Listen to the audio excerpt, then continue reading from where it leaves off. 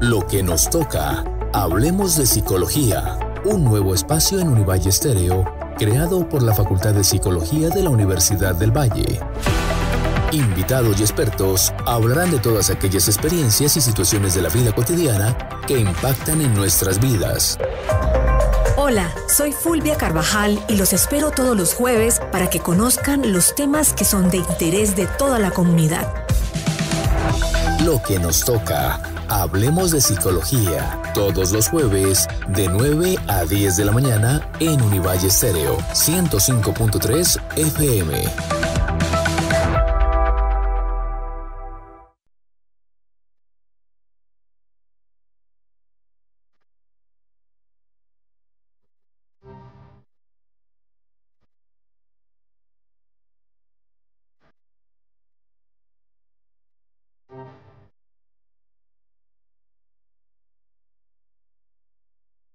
Bien, un saludo muy especial para todos los oyentes de Univalle Estéreo que siguen la programación a esta hora en la 105.3 de la FM. Igualmente, un saludo para los oyentes que se unen a la sintonía a través de la Red de Radio Universitaria de Colombia. Y por supuesto, saludamos de una manera muy especial a toda la comunidad digital que nos acompaña a través del Facebook Live de la Facultad de Psicología de la Universidad del Valle. Estamos en el programa Lo que nos toca, hablemos de psicología, un programa que se realiza con la orientación académica de la Facultad de Psicología de la Universidad del Valle. Nuestro tema de hoy, educación política en familia. Creo que este tema es muy pertinente, sobre todo después de lo que acabamos de vivir y para ir un poco más allá. Y quiero dar la bienvenida precisamente a la profesora que nos va a acompañar a desarrollar la temática de hoy. Se trata de Jacqueline Garavito. Ella es psicóloga de la Universidad Nacional, tiene maestría en psicología de la Universidad del Valle. Además es doctora en psicología de esta misma institución, profesora de la Universidad del Valle y de la Pontificia Universidad Javeriana de Cali. Bienvenida, profesora, un gusto tenerla en nuestros micrófonos. Muchas gracias, muy buenos días y gracias por la invitación. Muy bien, también quiero dar la bienvenida a David Quebradas, psicólogo, especialista en neurociencia con maestría en filosofía y adelantando su doctorado en psicología en la Universidad del Valle. Bienvenido, David. Muy buenos días, Fulvia. Me encanta poder estar hoy acá con un tema supremamente especial. Independientemente de que queramos o no, somos políticos. Como animales gregarios, como personas que convivimos en comunidad, no podemos escapar a las relaciones de poder. No podemos escapar a lo político.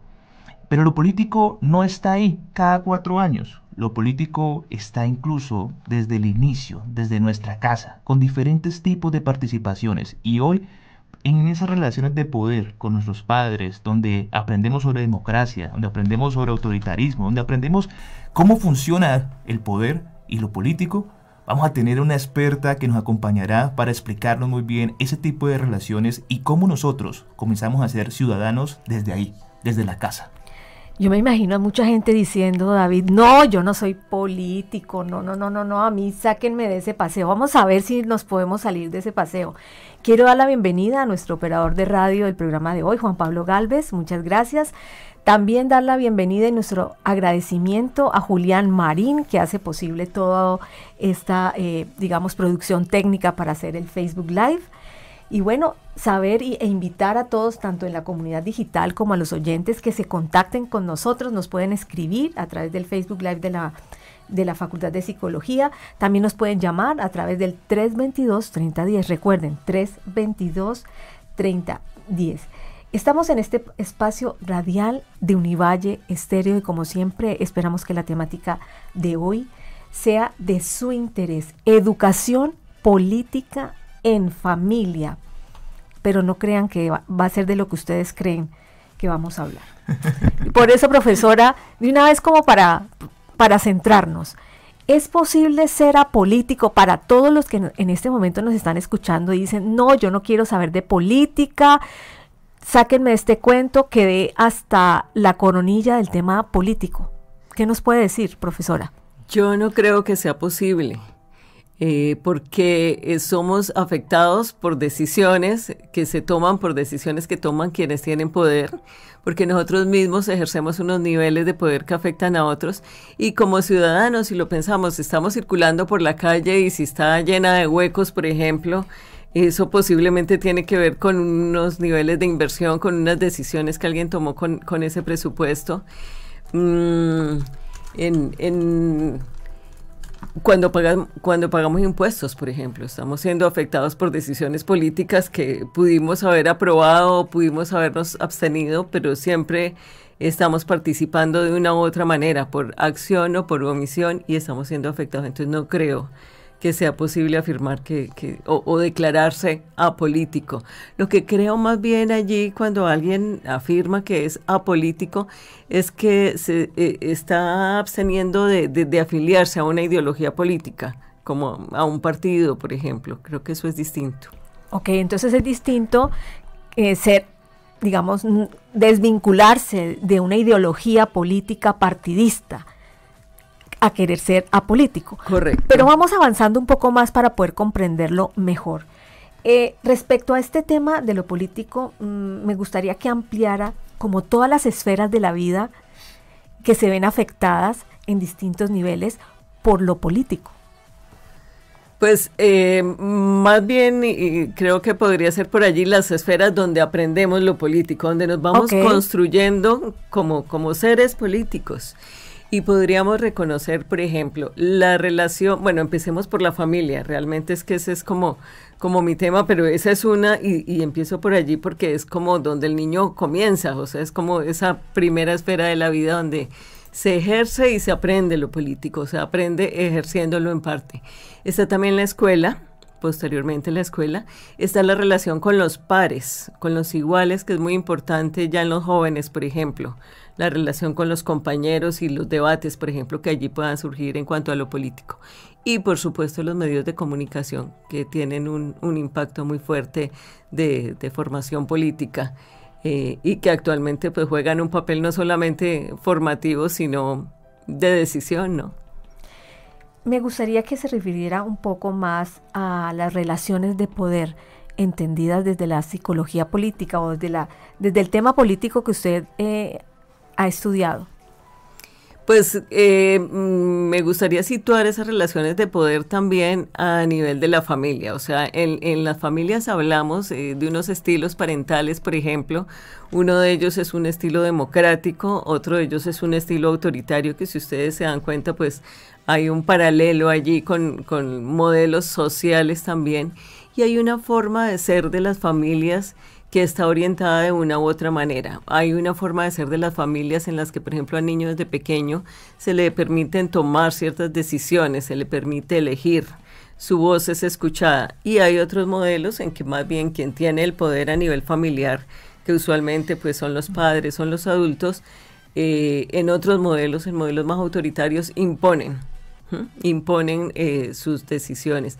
Allí también hay un elemento importante y es hasta qué punto, que eso hace un poco la diferencia entre un modelo autoritario y uno tradicional, hasta qué punto esos padres o quienes ejercen el poder allí están representando como una autoridad mayor. Entonces, por ejemplo, en muchas familias hay un ejercicio religioso muy importante. Entonces, tú haces lo que yo te digo, porque a la vez yo obedezco lo que mi religión o el estado del que hago parte me exige a mí. Yo cumplo allá y te exijo a ti.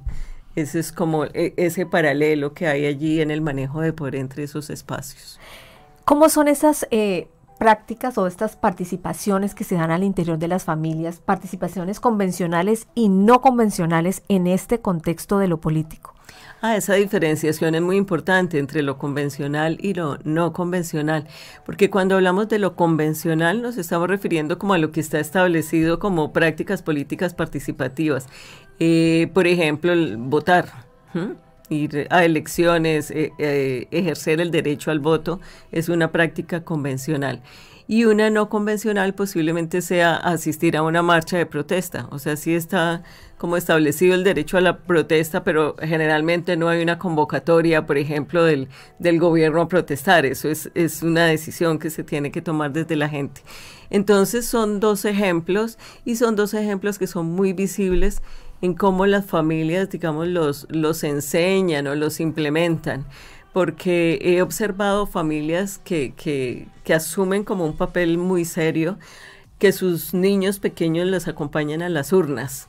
E incluso hay como un gesto muy bonito de cogerle la mano al niño y decirle, venga, usted marque aquí. En ese gesto y en esa relación corporal también se le está transmitiendo al niño que lo que se está haciendo es importante, que allí se está tomando una decisión importante. Eso en cuanto a prácticas convencionales. En cuanto a prácticas no convencionales, se había puesto el ejemplo de las marchas, también hay familias que van toda la familia, por ejemplo, a una marcha, que eso tiene implicaciones y las familias los discuten, por ejemplo, de seguridad para los niños. Pero también hay allí un ejercicio muy fuerte de lo que se ha denominado emociones políticas, porque entonces hay cantos, hay consignas, hay el sentirse parte de ese colectivo, también como el ocupar la calle, el ocupar lo público para declarar que uno no está de acuerdo con algo. Entonces allí son como dos aspectos, dos formas de práctica. A veces esta formación en lo político en las familias no es evidencia, sino que ya están allí latentes. ¿Cómo se puede describir eso desde la cotidianidad? Que de todas maneras los padres o los acudientes de los niños están ejerciendo una influencia y una formación de manera consciente o no consciente en lo político. Hay numerosas prácticas en lo cotidiano, desde esas, una tiene mucho que ver como con el consumo, con los consumos. Desde qué camiseta se compra y qué letrero tiene y qué lugar tiene la marca, o sea, es muy importante que sea de una u otra marca. Los cuentos infantiles, por ejemplo, hay ahora una colección que llaman Antiprincesas.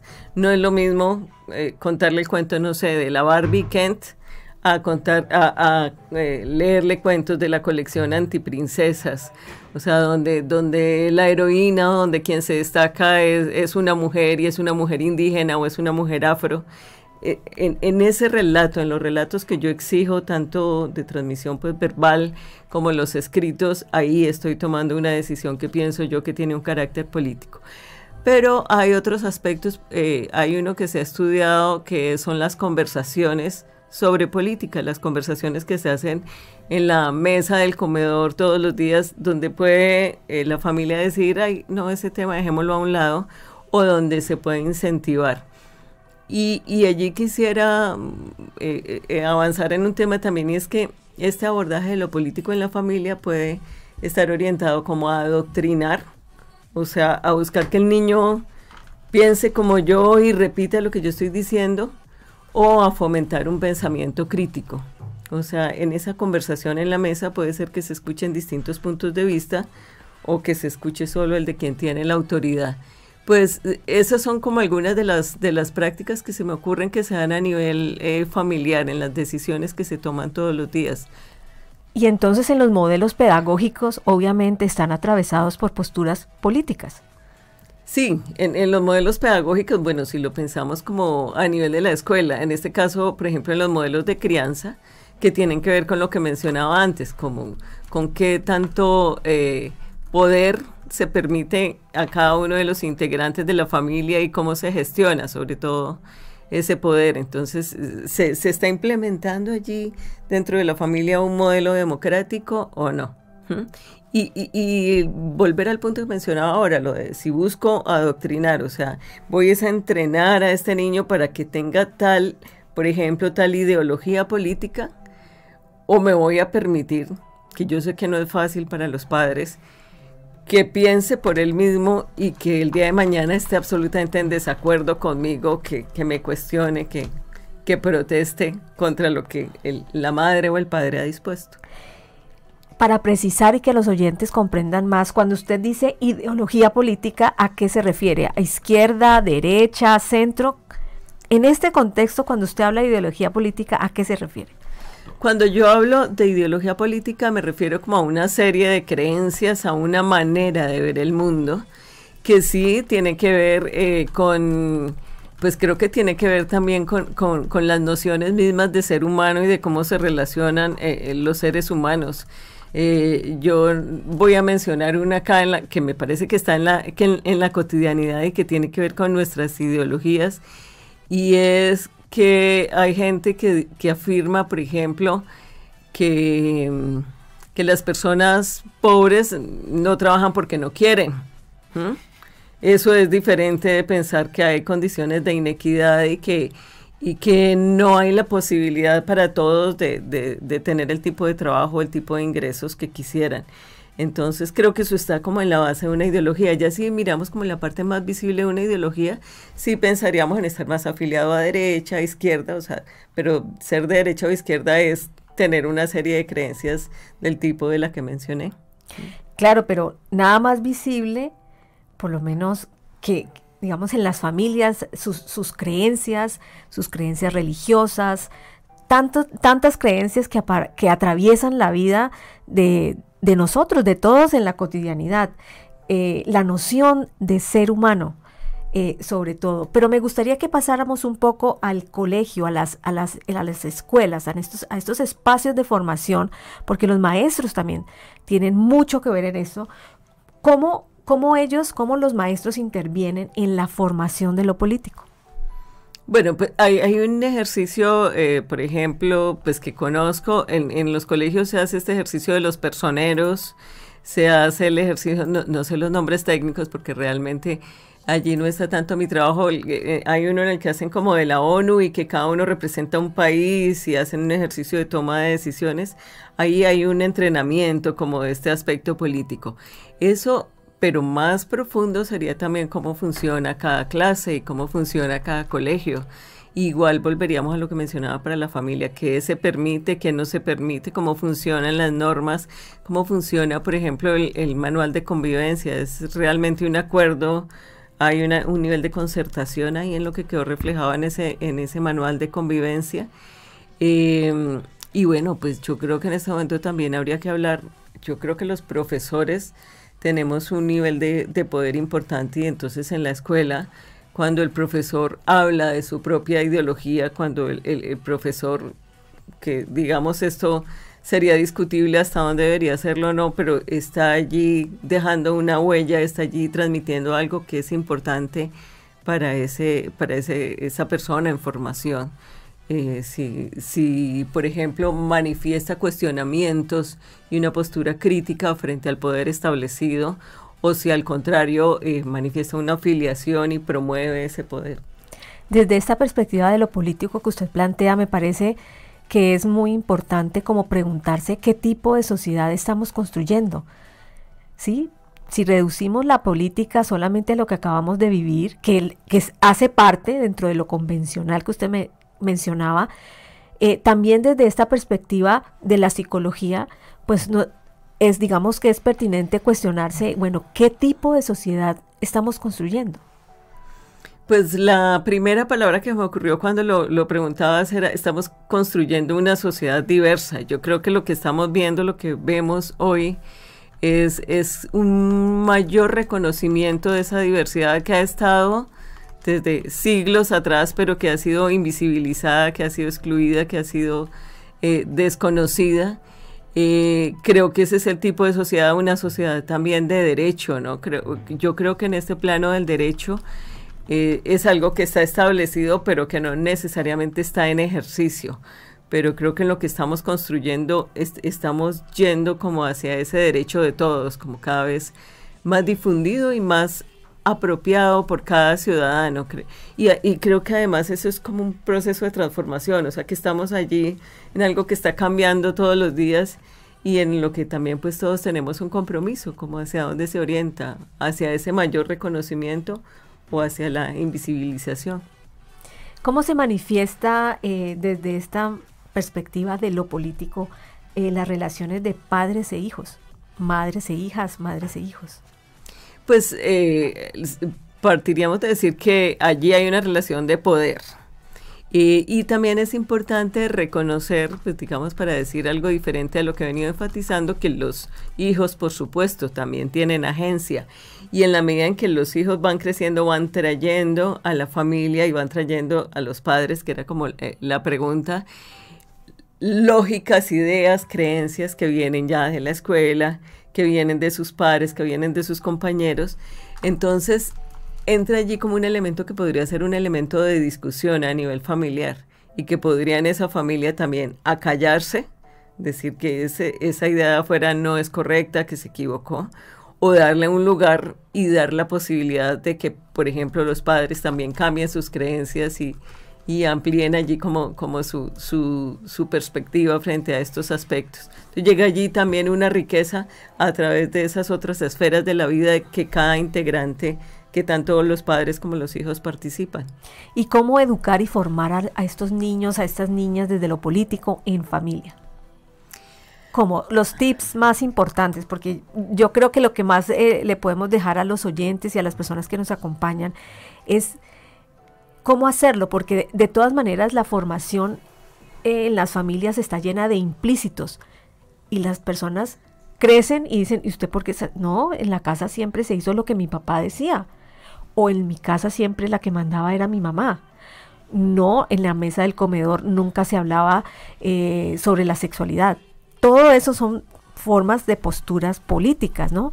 Entonces, ¿cómo educar sanamente a nuestros hijos, a nuestras hijas, desde lo político?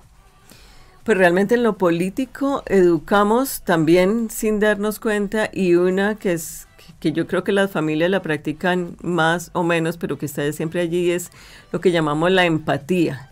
La invitación a ponerse en el lugar del otro, la invitación a saber qué es lo que el otro dice, piensa, por qué, en qué es distinto a mí y por qué y cuáles son nuestros puntos comunes. Entonces, ese ejercicio de la empatía, algunos hablan como de la compasión, allí hay algunas diferencias desde pequeñitos, o sea, como esa invitación a lo que está sintiendo el otro, a lo que está pensando el otro, y el otro también a veces es lo otro, o sea, estamos hablando entre seres humanos, pero es la mascota también. Esa consideración por el otro me parece a mí que es un punto de partida importante en lo político. También está las propias prácticas políticas de los padres y la manera en que se involucre o no a los hijos es otra decisión que es importante y que tiene un impacto formativo. Y lo que mencionaba antes de los cuentos que se elijan, del tipo de relatos, yo creo que uno a los hijos los forma mucho con relatos. Hay mucha palabra, hay muchas cosas que se cuentan y en esos relatos hay moralejas, hay ideas que quedan, hay creencias que se transmiten. Entonces creo que ese es otro elemento importante. Y bueno, lo que mencionamos de las conversaciones, conversar sobre ciertos temas, debatir ciertos temas. Cuando un niño, por ejemplo, plantea, hay una que me han dicho los padres cuando los entrevisto, que es la pregunta que hace un niño que va con su mamá o con su papá por la calle y que ve a un indigente, que ve a un habitante de calle, y esa persona, ¿por qué está ahí? Ahí hay toda una respuesta política que dar. ¿Sí? Ahí hay todo un asunto importante que abordar, y puede ser que el papá esté de afán y que le diga, y después hablamos de eso, o puede ser que haga un desarrollo interesante y que ubique esa realidad en el contexto político y social que se está dando. Los juegos también son muy importantes en la vida de los niños. ¿Cómo se va formando, digamos, esta postura política desde los juegos? Pues los juegos serían también un escenario de práctica de la empatía. Hay algunos estudios, por ejemplo, que consideran cosas de las que mencionaba antes, que incluso con los objetos, con el carrito, decir, ay, cuidado, se daña, el carrito va a sufrir si le haces esto, o sea, darle como esa vida a ese carrito. Allí también está habiendo un ejercicio de la empatía, pero también los roles. Cuando en los juegos de los niños hay mucho como hacer del maestro, hacer del papá, hacer de la mamá, allí se está haciendo un ejercicio de esas diferentes posturas. Y estaría también en el juego quién toma las decisiones y cómo las toma. Se imponen, se concertan. Frente a lo que estaba mencionando ahorita, profe, y la importancia de que los oyentes, ¿cierto?, puedan entender muy bien ese concepto de empatía, y lo que también mencionó con la diferencia de compasión, es importancia de poder construir desde la casa las posibilidades, los puentes para conectar con la mente del otro, pero no solamente con la perspectiva del otro que cree, por qué cree lo que cree, sino también esa capacidad de conectarnos con las emociones de los otros. Pero también entender algo que es fundamental, y es que la empatía no es suficiente. para uno preocuparse por los demás. Uno puede, ¿cierto?, saber que hay millones de personas en Colombia que no tienen agua potable. Uno puede saber que hay millones de personas que ni siquiera tienen internet, pero ninguno de nosotros dejamos de dormir por eso, ¿sí? Ni ninguno de nosotros hacemos, ¿cierto?, vamos a tomar el fin de semana despechados por la mala suerte que tienen algunos. Y en algunos casos muchas veces justificamos que viven lo que viven porque tienen mala suerte, porque tomaron malas decisiones, y nos olvidamos, ¿cierto?, que muchas de las condiciones son parte de la afectación de las reglas que decidimos legitimar o no, y los discursos que legitimamos no en lo político. Y entonces ahí aparece algo muy importante, es que por fortuna sí existe un grupo de personas, ¿cierto?, que son compasivas, es decir, que no solamente se conectan mentalmente con el otro, que no se conectan emocionalmente con el otro, sino que además de eso se ven vinculados, se ven movidos, tienen la intención de hacer algo para cambiar esas realidades, que a veces ni siquiera les afectan a ellos con la misma fuerza e impacto, pero que son capaces de hacer algo por el sufrimiento que tiene ese otro. Y de ahí la importancia, ¿cierto?, las personas que nos están escuchando, de uno tener la conciencia de que hay que conectarnos con el otro, pero que eso no es suficiente, que también hay que movilizarnos y a veces salir más allá, ¿cierto?, de nuestras tribus, más allá del que me cae bien, y poder comenzar a ampliar esa posibilidad de conectarme con otro que es bien diferente, pero también de ser capaces de movilizarnos por disminuir el sufrimiento de los otros. Y considero que ese tipo de cosas no aparecen de manera fortuita, que también la casa es un escenario fundamental para poder educar eso y para poder extender la empatía y ser sujetos políticos compasivos. Sí, David, muy importante esa aclaración y esa ampliación que haces, porque en la empatía, pues yo tendría en cuenta lo cognitivo, lo emocional y también la acción, o sea, pero sí hacer como ese énfasis en que estaría como incompleto el proceso si no llega al nivel de la acción.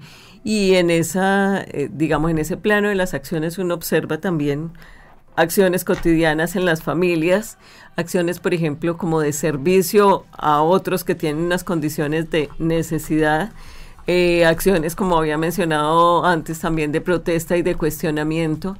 Incluso en algo que me contaba una familia de comprar un terreno y cultivarlo como familia, y acomodar el lote y sembrar y aprender como el significado de esa planta y de ese sembrado. Allí hay también un ejercicio en términos de la acción, por ejemplo, que allí lo podríamos llevar a un nivel luego posterior de seguridad alimentaria, de ver que otras personas tienen o no ese alimento que estamos produciendo. Entonces, sí, claro, la acción es muy relevante y sería como esa culminación de ese proceso político a partir de la empatía.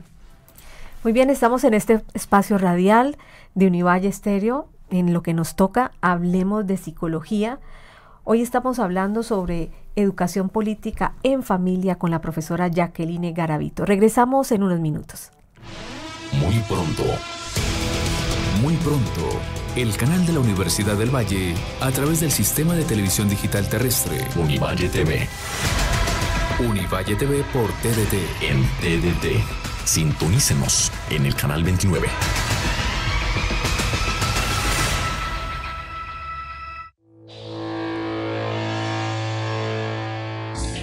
Red de Radio Universitaria de Colombia.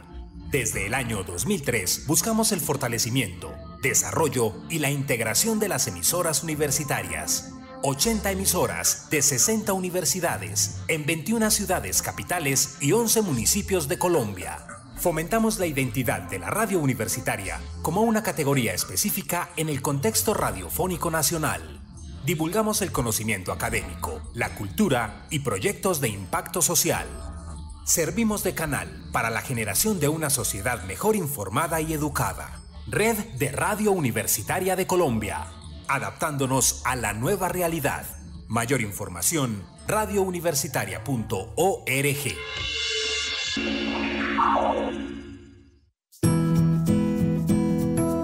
Usted tiene una cita con su territorio. Sintonice País con Memoria, el programa del Centro Nacional de Memoria Histórica que resalta las historias de vida y resistencia de las víctimas del conflicto armado colombiano.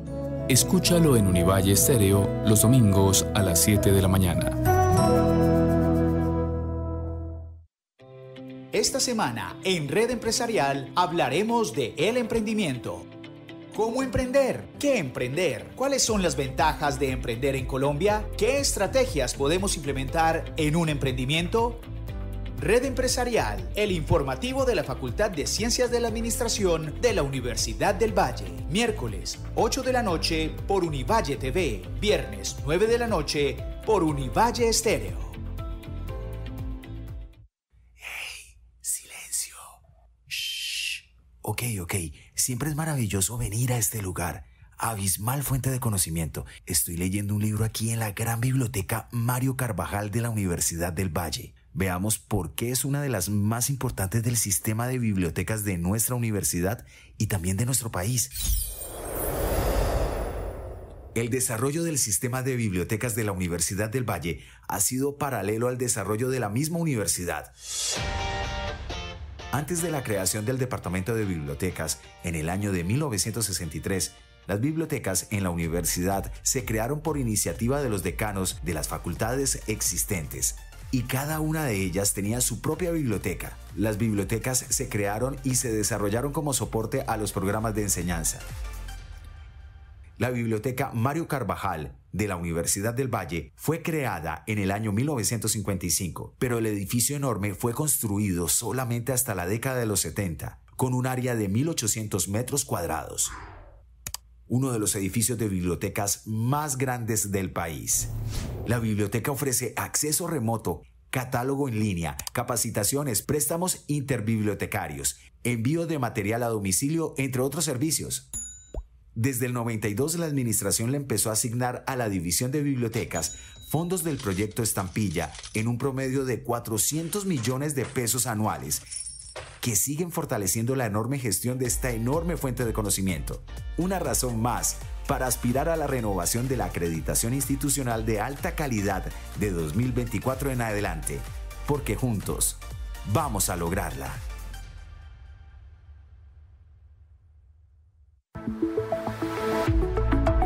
Lo que nos toca. Hablemos de psicología. Un nuevo espacio en Univalle Estéreo, creado por la Facultad de Psicología de la Universidad del Valle.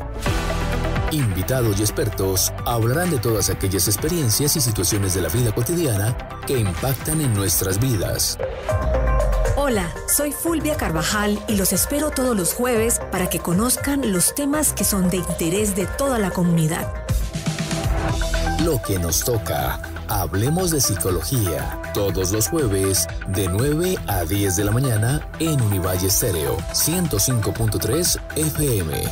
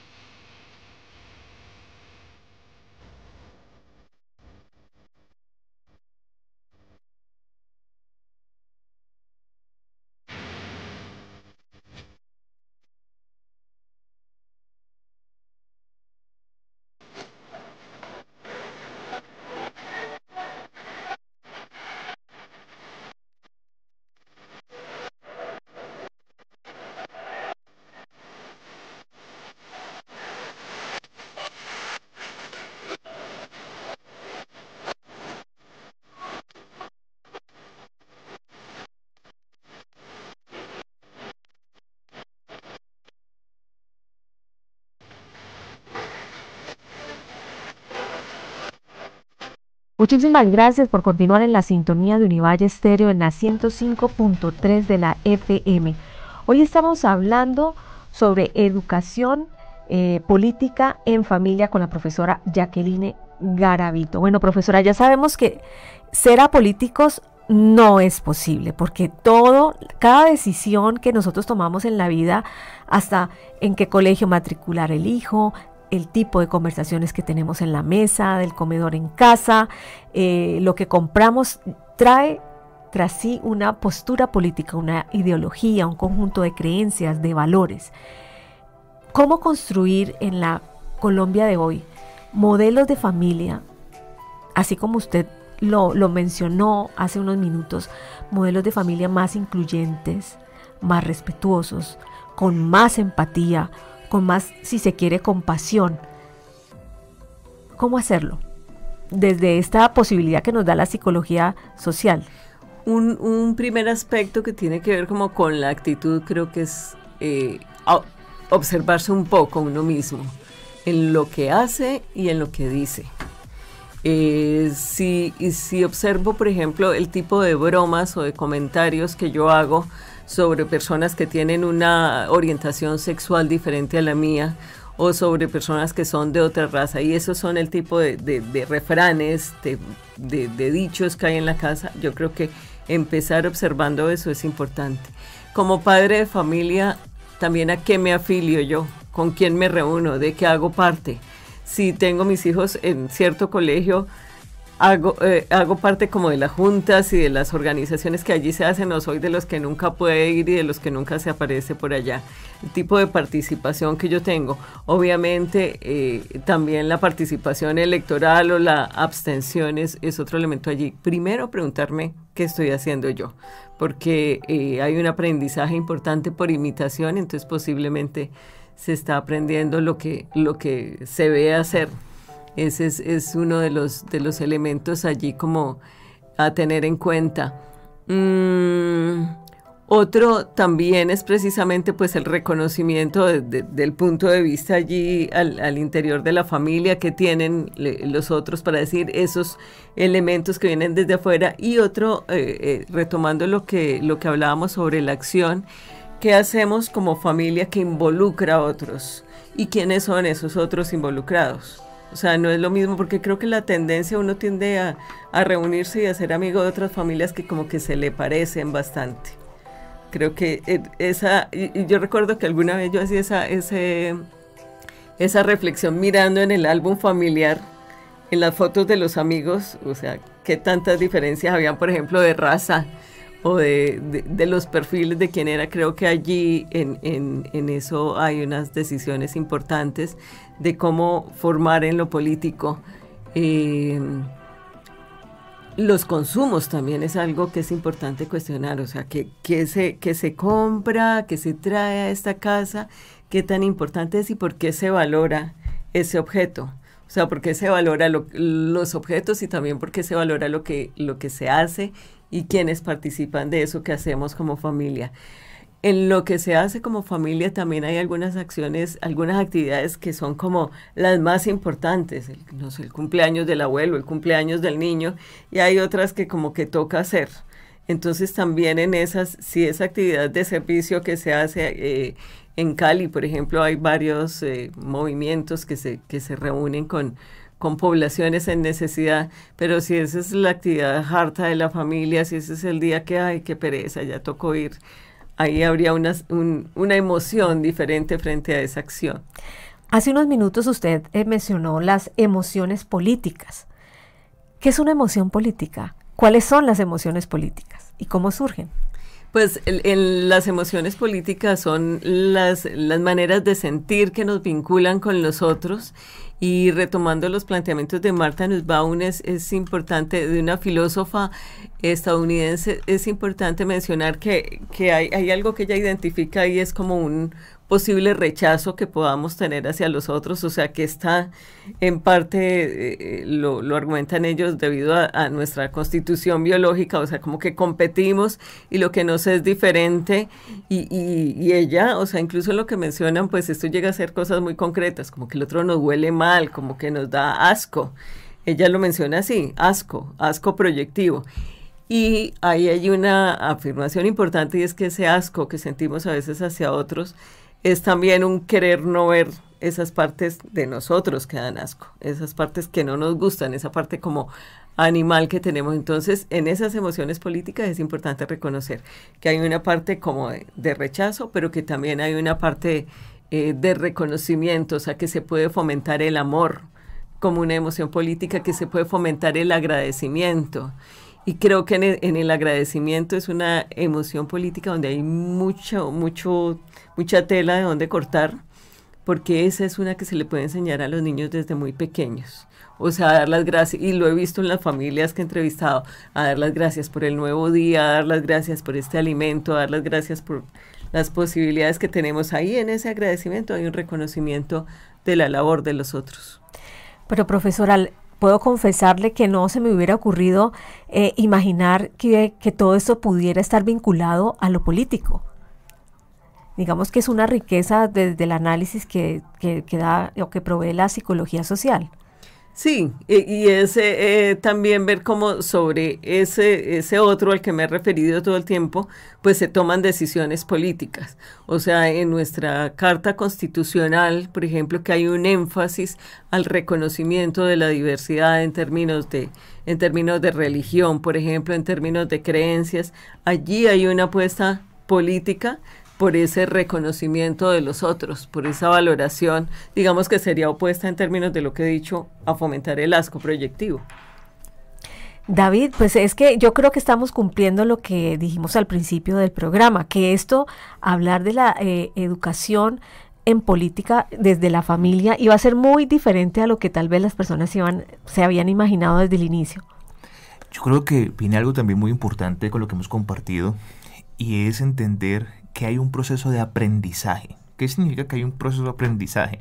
Que esas ideas que tenemos acerca de la libertad, que tenemos acerca de la pobreza, que tenemos acerca de lo justo, que tenemos acerca, ¿sí?, de diferentes tipos de conceptos que de una u otra manera afectan nuestra relación de poder con los demás, no aparecieron de la noche a la mañana, es decir, que se van construyendo. Entonces hay la importancia de reconocer y asumir esa responsabilidad como adultos, de saber que el contexto afecta más de lo que pensamos, que nuestras acciones, nuestras decisiones también depende qué ideas van a tener, ¿sí?, los infantes que están alrededor de nosotros sobre qué es lo político, si puedo ser ajeno a lo político, porque esa idea de que yo puedo ser ajeno a lo político, que no soy político, no nos surgió de nada, nos surge desde papás que no participan en lo político, desde papás que no tienen conocimiento, que no tienen ningún interés en educarse acerca de las políticas públicas que lo gobiernan.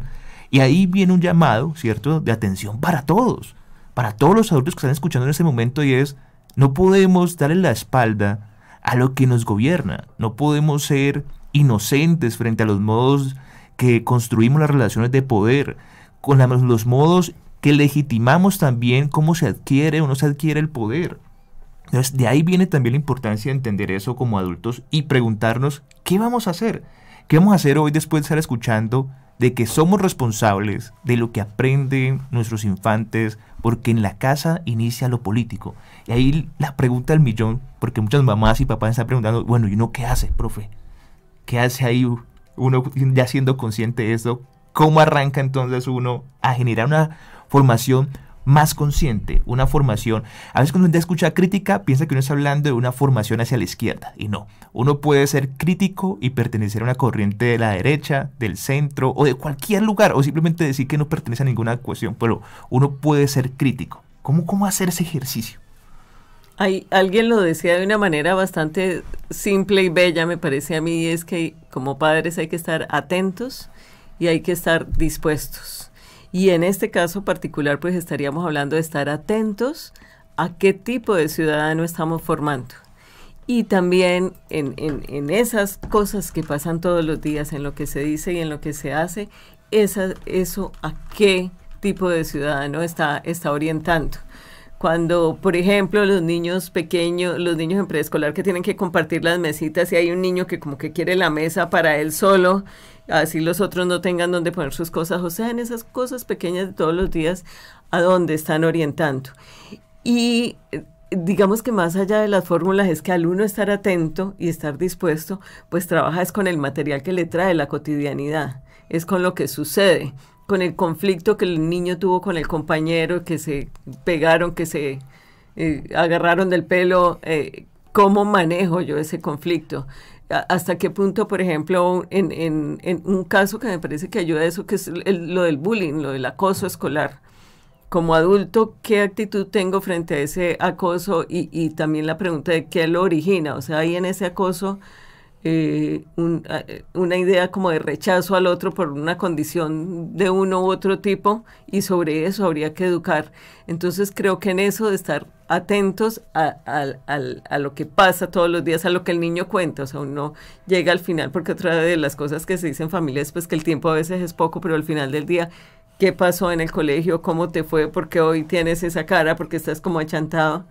Y allí eso sería como estar atento y estar dispuesto como a responder, pues como decía antes la pregunta, por ejemplo, por el habitante de calle, o sea, como que ellos le dan a uno el material, los niños traen el material, pero a veces los adultos están pues ocupados para atender y para ver el potencial político que hay en esas situaciones, que hay en esas preguntas. Profe, me surge otra pregunta y es, hoy que vivimos en ese tren de la crianza respetuosa, donde mucha gente habla de ella, pero poca gente la practica de manera consciente y educada, donde creemos que el niño es un pequeño adulto el que le tiene que explicar todo, ¿cierto? Que ya tiene como si ya tuviera una racionalidad completa para digerir muchas cosas de lo bueno, lo malo, lo justo, lo injusto, lo bello, lo feo, ¿cierto? Lo que da asco, lo que no, el que es de mi tribu, el que no está, etcétera.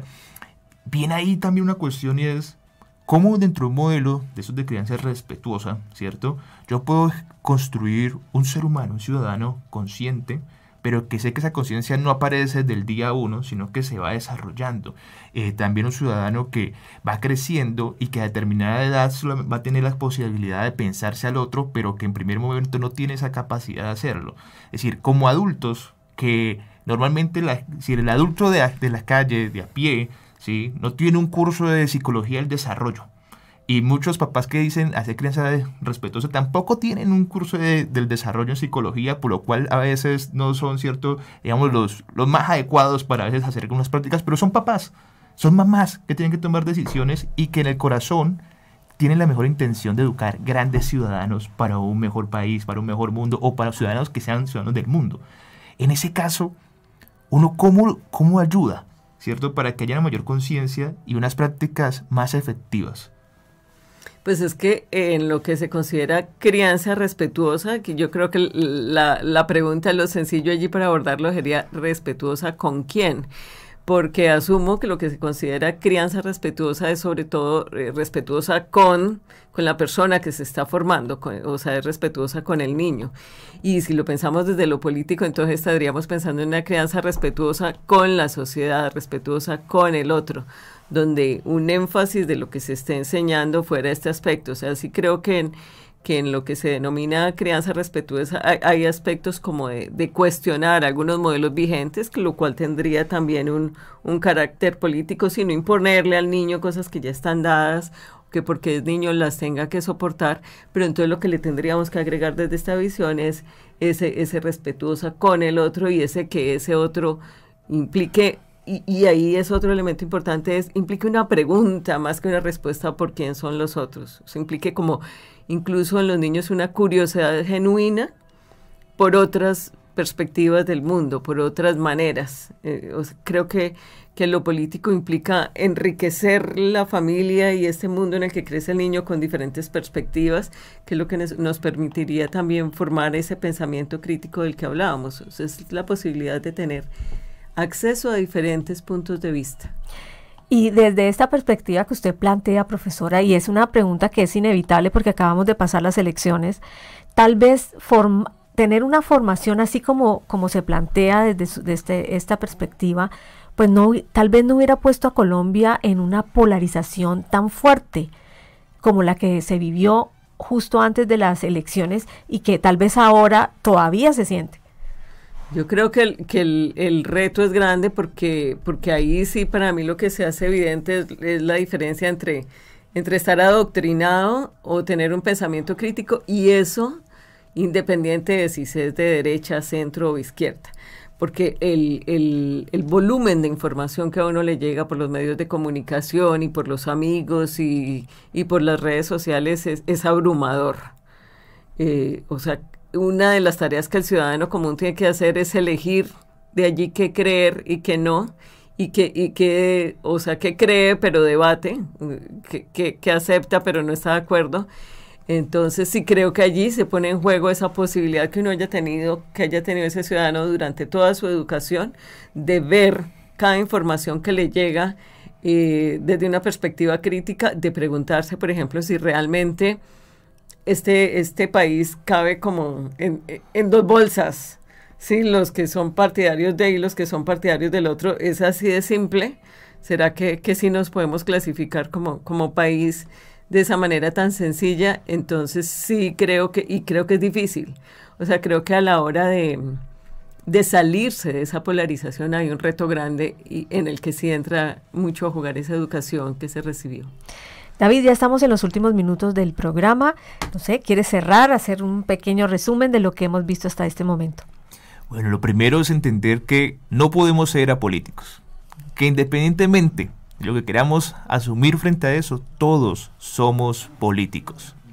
Lo otro que tenemos que entender también muy, pero muy bien, es que ser político y qué tipo de políticos somos, qué tipo de ciudadanos somos, no es algo que aparece de la noche a la mañana, sino que es parte de un proceso educativo, un proceso que inicia en nuestra casa, que inicia en nuestros colegios, en nuestras universidades. Un proceso que sin duda alguna nosotros como adultos tenemos que ser cada vez más conscientes y también educarnos para educar. Y tercero, es fundamental entender que si queremos que nuestro país siga creciendo a nivel político, se desarrolle y pase más allá de esa infancia política de lo bueno, lo malo, la izquierda, la derecha, es necesario también comenzar a ampliar nuestro mundo mental, entender las diferencias, comprender un país que es diverso, que es multicultural y que poco a poco tendrá que ir aprendiendo a entender al otro, a los otros, y poder hacer más visible lo que hemos hecho por muchos años invisible. Decías, Fulvio, ahorita, si hemos tenido esa educación, no se ha pasado lo de esto que acabó recientemente de pasar, la polarización y el malestar. Yo te digo que si tuviéramos esa educación política y fuéramos conscientes de la educación, de lo político, no tendríamos tanta gente muerta en la historia de nuestro país. Muy bien, muchísimas gracias a la profesora Jacqueline Garavito por acompañarnos en el desarrollo de esta temática de hoy. A todos los oyentes, muchísimas gracias por su sintonía y bueno, que sea la apuesta de todos, la construcción de una sociedad más incluyente, más compasiva, más solidaria, más empática. Suena muy idealista, utópico, pero todos ustedes, queridos oyentes, desde sus casas, desde sus oficios, desde cada posición en la que esté, puede poner su parte. No quería decir un granito de arena, no, puede poner su parte, su capacidad. Su ladrillo. Su ladrillo. Su interés, su intención, que es lo más importante.